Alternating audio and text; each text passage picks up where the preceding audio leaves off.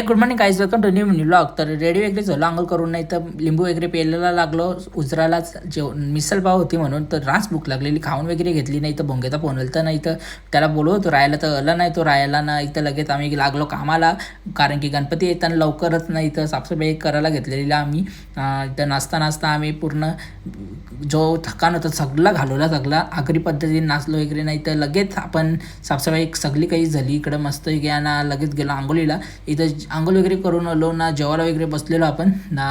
हे पालीने जर हैराण आणलेला तर पालीला घालवला मस्त की बाहेर.